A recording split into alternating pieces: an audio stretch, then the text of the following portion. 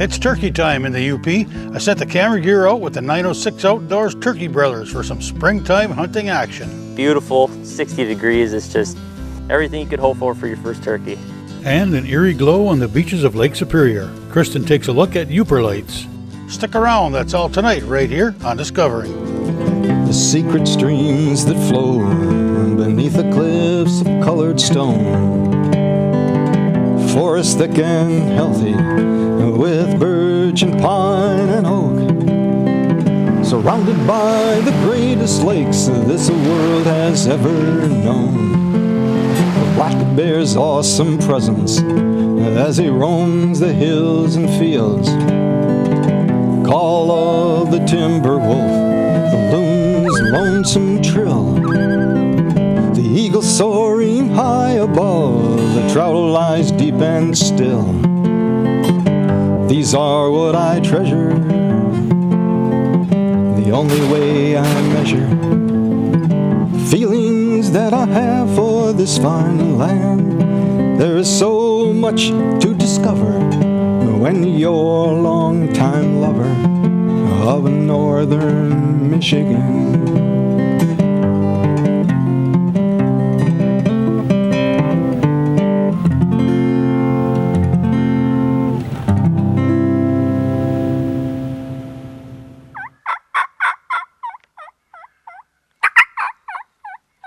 There's a few things I've learned from filming turkeys.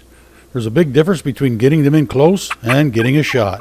They're never going to come in where you expect them, and they're not going to stop where you want them. Fooling a turkey into shooting range makes for an exciting hunt.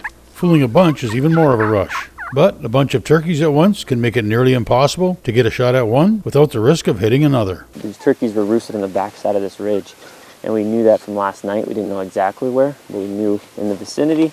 And there's this big group of a lot of hens, jakes, and multiple really nice toms. I didn't want to do a lot of calling off the roost, and I wanted to wait till they're down, working their way into this field, and then start calling. I really was focused on calling at the hens, not the toms, because those toms, as you can see, were mainly focused on the 8 hens they had, and they were strutting around them the whole time. So they worked their way off this field and got to the top of the hill. And I just kept cutting at those hens, and I kept trying to aggravate them. We had a decoy set up, just a 1 hen decoy. I just kept cutting, doing different calling sequences just to irritate those dominant hens, and it worked. They hung up a little bit, then they finally broke, and they came the rest of the way. Came right down, that's 15 yards to our decoy. And Ryan didn't shoot. The main reason Ryan didn't shoot because 10 hens, there was 5, 6 jakes, and 2 or 3 toms in there. But the whole time those toms were more focused on strutting around those hens. They were right on them. So to get a shot, Ryan would probably have shot 2 or 3 birds. Something I was trying to do there was, like I was saying, I was trying to cut at those hens, particularly the dominant hens. Once I got them to come, they came right into that decoy, which is pretty surprising. I didn't think they would do that, especially at one lone decoy. But this early season is pretty challenging. A lot of times they're grouped up, especially these older birds. They flock up. We just had snow last week, which doesn't help. But as we get further on into the season, these toms will start breaking up after they breed these hens. And these hens start going off to nest. That's when you can kind of catch them midday. So we're gonna keep at it today, and there's a lot of turkeys in the woods, and that was a fun hunt. You can't beat that. We got really close right off the roost, and we had him at 15 yards. The footage was cool. It was challenging because he was sitting right here, and I was right over his shoulder. But I think he did the right thing, and we're gonna keep at him. It's still early, and a lot of season left. We'll get lucky.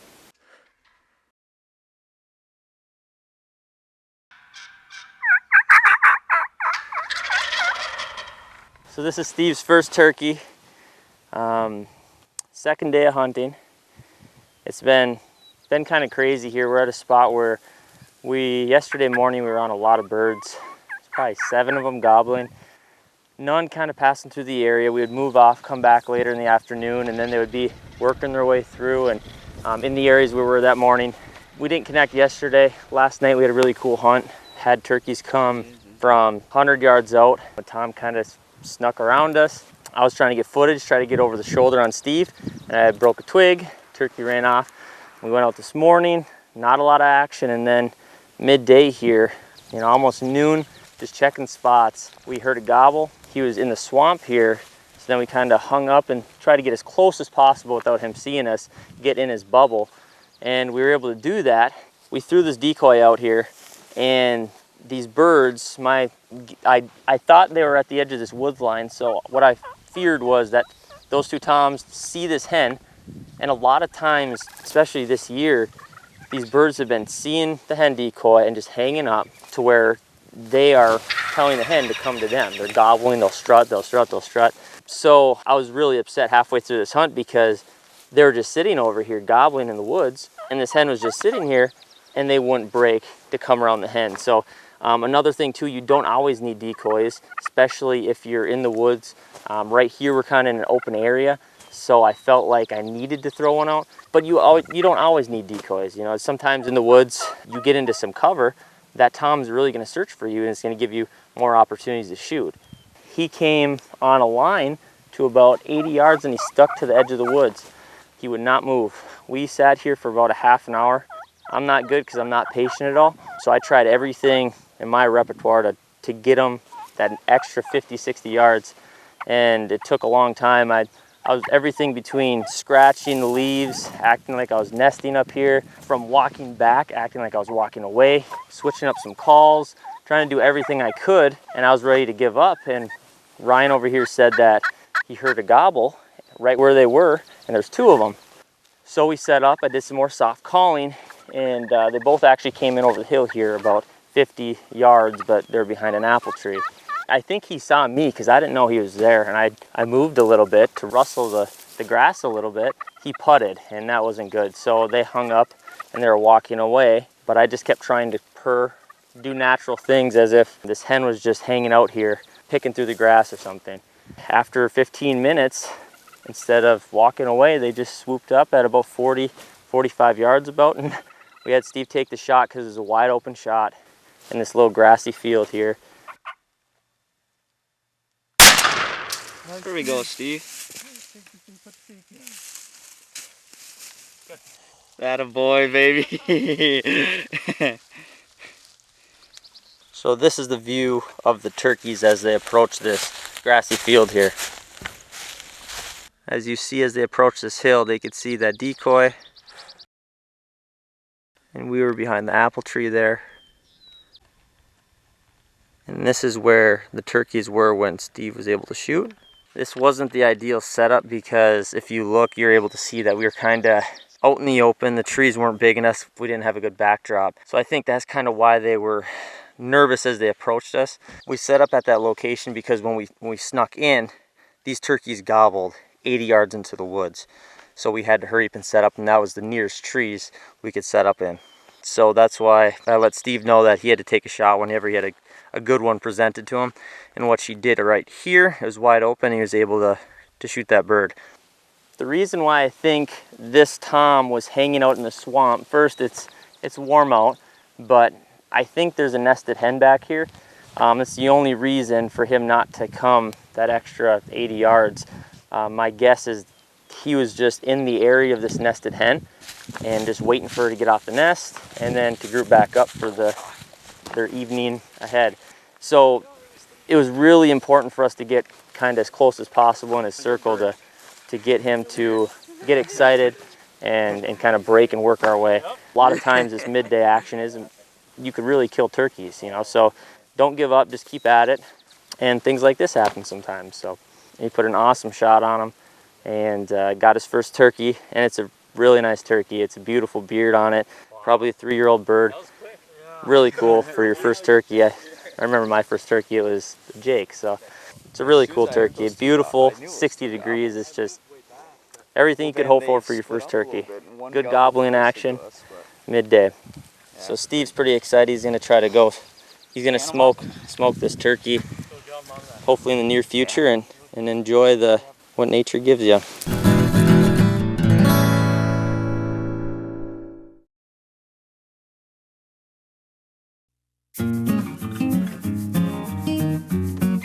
There is plenty of treasure hunting to be done here in the UP. Whether you are armed with a metal detector looking for copper, gold, old coins, rings, or whatever I seem to dig up,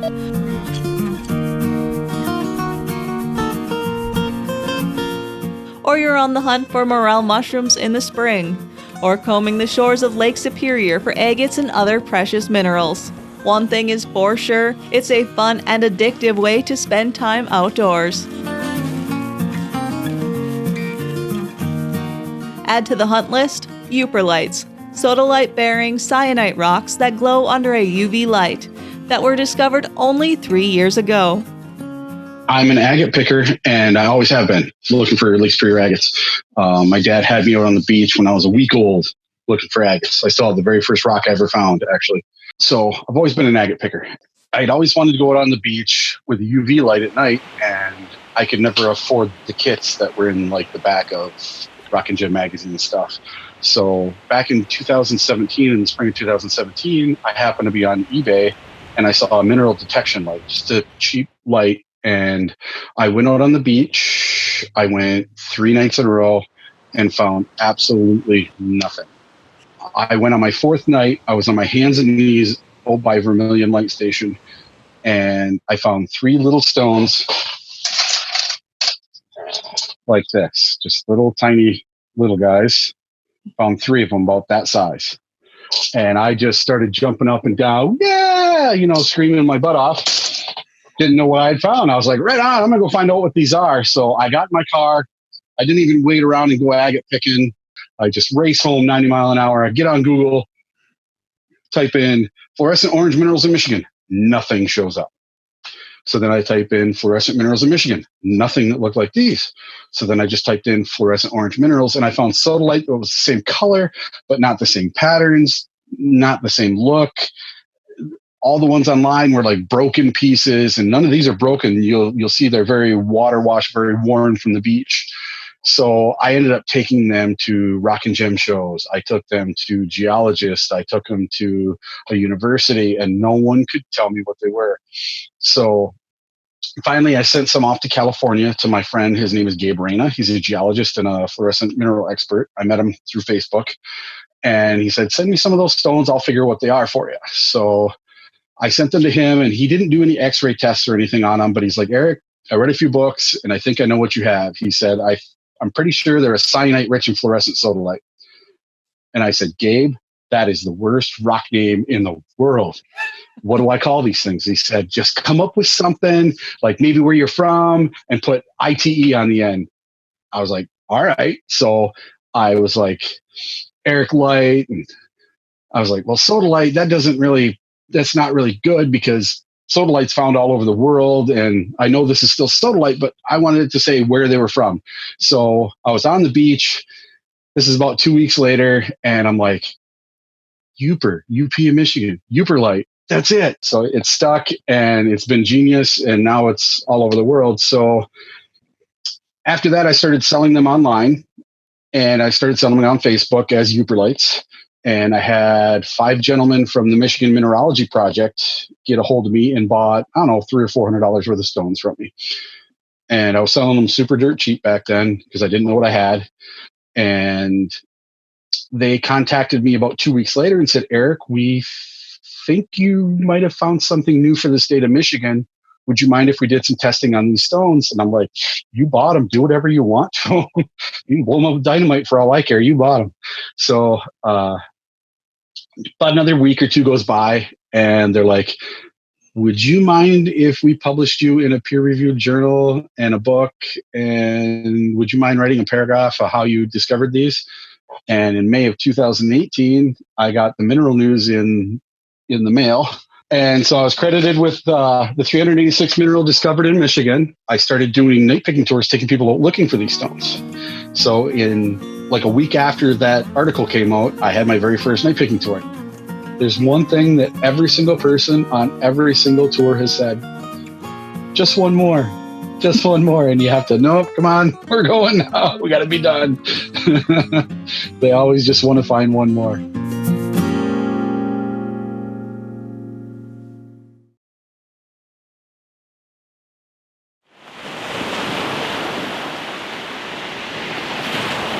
It was basically a mountain of this stuff up in Canada, and the glaciers came through and broke it and smashed it up and just spread it all over the Great Lakes regions. So the first glacier came through, knocked it all over the place, and the second glacier came through and knocked that stuff again. Then the third one came again, and a fourth one came again. So they went all different directions and just moved the stuff all over the place. I found them as far west as Brainerd, Minnesota. I found them all the way down into Indiana.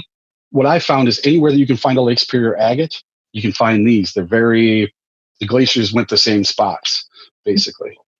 Railroad beds, river beds, landscape rock, gravel pits, farm fields, you name it. They can be found all over the Great Lakes regions. I've done really well from Whitefish Point to Vermilion to mouth of the Two-Hearted, Muskellunge, Perry's Landing, Grand Marais. Anywhere from Grand Marais to Whitefish Point, I've done really well.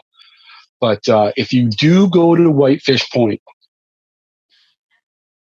please, please, please, if you go off the deck at Whitefish Point, only go to the left, to the west. Do not go right to the east towards the U.S. Fish and Wildlife property and west of Grand Marais in the Pitcher Rocks National Lakeshore. Those two spots you don't want to go to. But everywhere else is fair game because it's all state property. So you can go anywhere that you can get access to. Please don't go through anybody's private property. That got to be a big problem the last couple of years, people going through private property. So if you can find access to the beach where it's not going through private property, you are allowed to go up to the high water mark anywhere along the beach. In the daylight, Yooperlites look like any ordinary rock. In order to make these stones fluoresce, you need a special UV flashlight. So you want a filtered light. What that filter does is you see, every LED, even a UV LED, puts out the whole range of the spectrum. Okay, so every spectrum of light comes out of that UV LED no matter what. So without a filter, you're getting white light, you're getting all the other stuff that you don't want to get. What this filter does is makes it so only the UV comes out in the spectrum that you want, in 365 nanometer or close to it. So when you're on the beach and you have one of these lights, they're going to light up super bright orange, and other things are going to light up on the beach as well that won't light up with that rock or with that light that you have. Okay. That's a 395 nanometer without a filter. This is 365 nanometers with a filter. And even if you're using that light you have, you'll still find some. It's just it's going to be harder. It's going to be a lot harder with that light than it is with a filtered light. And I just do a grid pattern. I just stand in one spot. I don't even walk. I just stand in one spot and look all around 360 degrees. And then I'll take 3 or 4 steps, do it all over again.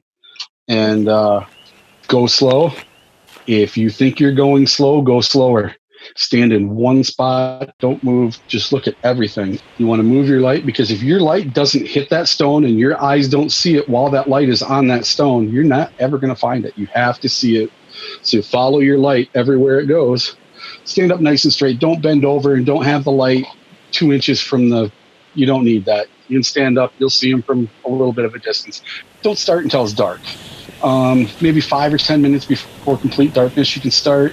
And if you can, go down during the day and learn the lay of the land a little bit. Because I always take everybody, when I go out, I take them out an hour or two early. And everybody wonders why I take them out so early. Well, I want everybody to know where all the logs are sticking out and what you have to climb over and what you have to go around. I always wear muck boots. You're going to get wet if you go down near the water. Those waves, the rogue waves come and hit you. You never know. Mother Superior gets real angry all the time for no reason. Never go alone. Always tell someone where you're going, which direction you're going to be going. I always use glow sticks to mark where I go down on the beach. I always bring a white flashlight, some snacks, a backpack.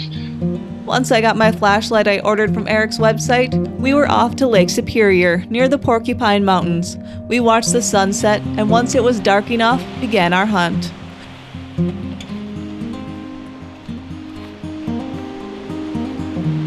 We found a couple rocks that had a fiery glow to them, but nothing quite like Eric had sent me. Now that I have my flashlights and a taste for Yooperlite hunting, you are sure to find me again on one Lake Superior beach or another, at night, hunting for Yooperlites. It's become a worldwide phenomenon. Now, you can't go to any beach without seeing 50 or 60 lights going up and down the beach. They're everywhere now.